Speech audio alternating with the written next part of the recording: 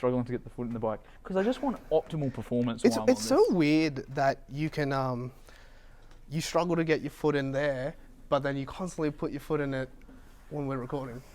Nice, Andy. My heart. Hey guys, welcome to Nerd Talk. On today's episode, we are going to talk or break down how important or how much stock you should take in strength Ratios? ratios. Yeah, ratios. Like you might have seen a couple of things out there. Like you bench like 1.5 to 2 to 3 for like 2 to squat to 3 to deadlift. That should be the ratio of your power lifts. Or you should be able to bench the same amount that you can row.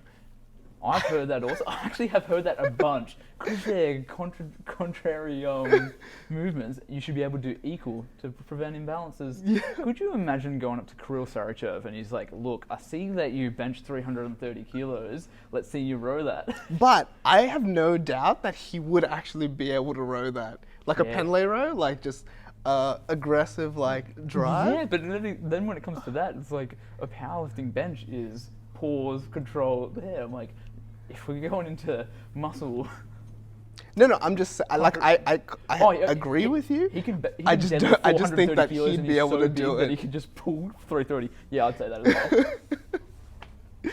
But yeah, like so that's sorry. Forgiven.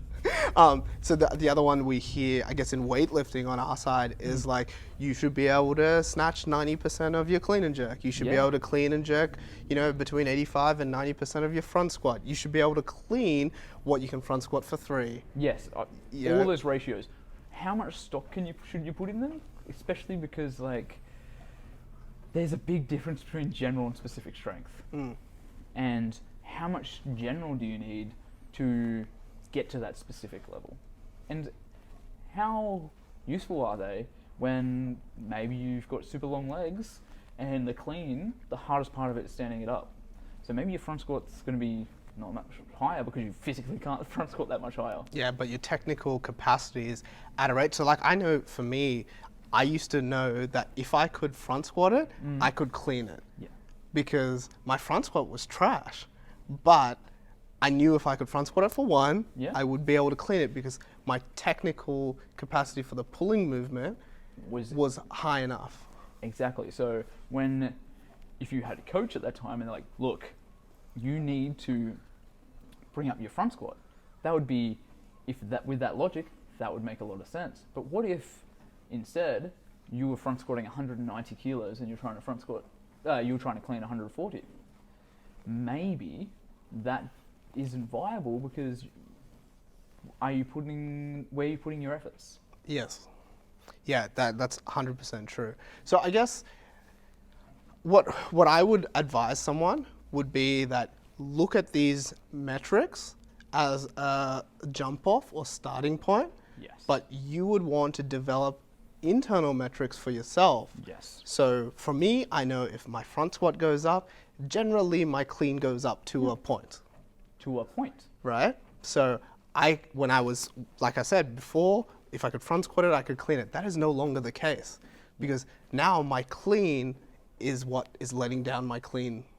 It's no longer the front squat. Definitely. That's not the limiting factor. I think a very important thing you said is like having those metrics are really useful so you're getting close.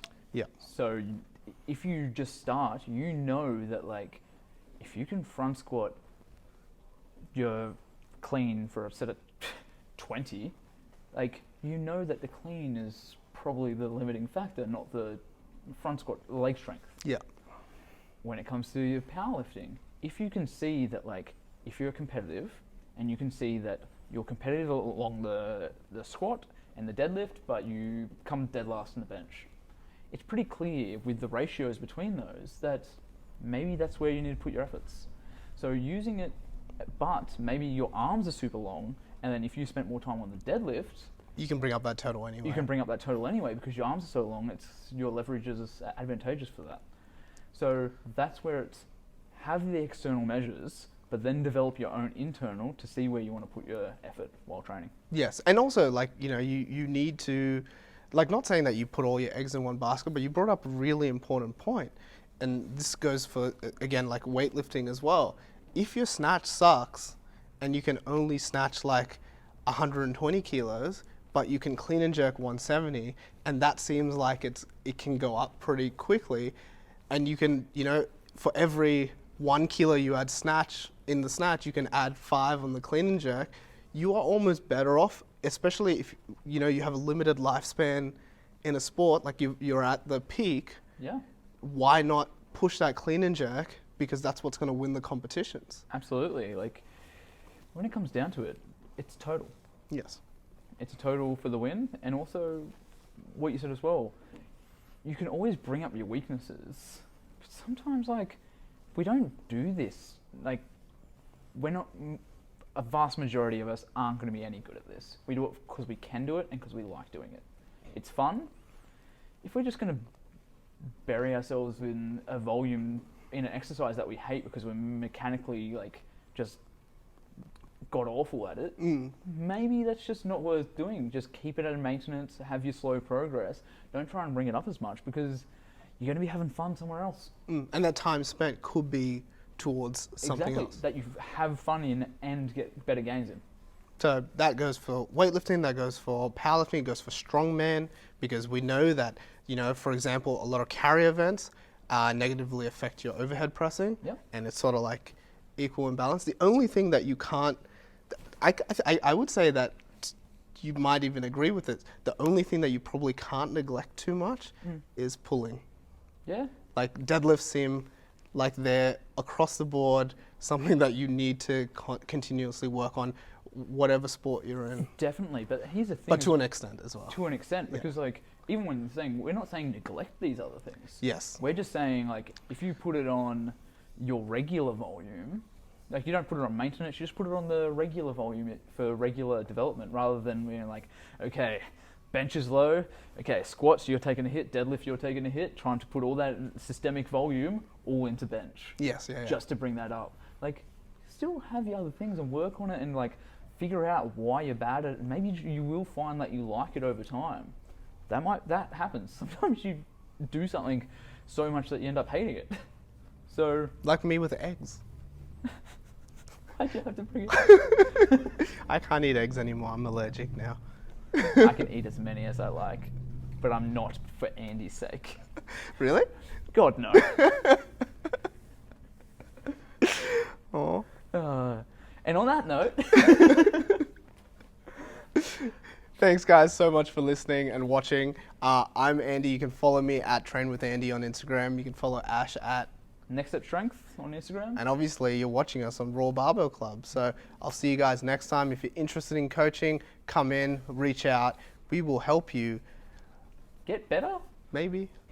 As a person or just like athletically? As a ratio, we will get you better as a ratio. I'll bring your athleticism up, but I'll maintain your personality. Your personality, maybe. But if we get enough athleticism, we can drop it a little bit. Yeah.